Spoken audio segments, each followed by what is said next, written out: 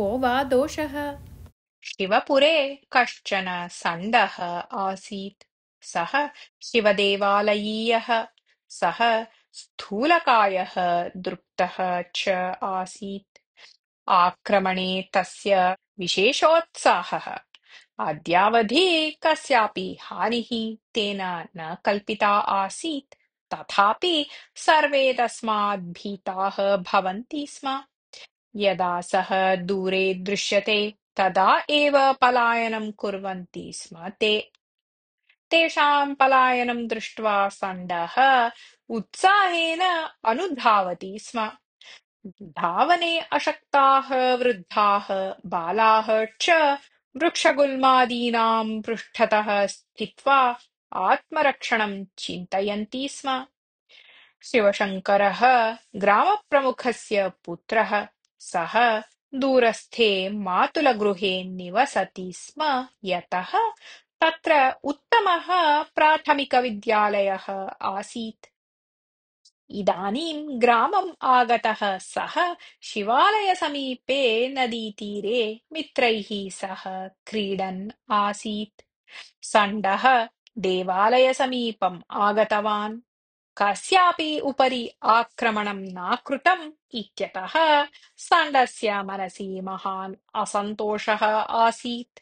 तं दूरात् एव दर्शयन् एकः बालकः शिवशङ्करम् उक्तवान्, एषः षण्डः महागर्वी, किन्तु एषः भगवतः शङ्करस्य वाहनम् अपि। अतः कोऽपि एतं ताडयितुं बन्धुं वा न इच्छति इति। अत्रान्तरे एकः सन्न्यासी षण्डसमीपम् आगतवान्। सः अल्पम् एकं वस्त्रं धृत्वा अपरं वस्त्रं स्यूतकारेण बद्ध्वा स्कन्धेन धृतवान् आसीत्। बालाः सर्वे चिन्तितवन्तः यत् सः दृप्तः षण्डः तं पातयिष्यति। धावने असमर्थः सन्न्यासी भूमौ पतिष्यति इति। बालाः श्वासं निरुध्य प्रवर्तिष्यमाणं द्रष्टुं कुतूहलेन स्थितवन्तः आसन्। ग्रामप्रमुखः पुत्रः शिवशङ्करः तु घटनां समीपतः एव द्रष्टुम् इच्छन् वृषभसमीपं गतवान्।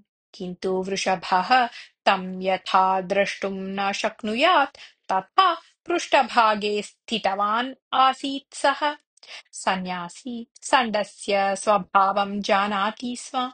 अतः सः गमनस्य वेगं न्यूनीकुर्वन् शिवशङ्कर शिवशङ्कर इति मन्दस्वरेण वदन् अग्रे गतवान्। शिवालयाय षण्डाय शिवनामानि प्रियाणि आसन् एव। तत्कारणतः सः सन्न्यासिनं न अपीडयत्। सन्न्यासी निर्विघ्नं ततः निर्गतवान्। वृषभात् अनतिदूरे एव स्थितः शिवशङ्करः सन्न्यासिना कृतं शिवनामोच्चारणं श्रुतवान् आसीत्। वृषभः कथं शान्तः करणीयः इति मया ज्ञातम् इति सः चिन्तितवान्। सन्न्यासी तु अपूर्वः जनः इति सर्वे बालाः प्रशंसावचनानि उक्तवन्तः।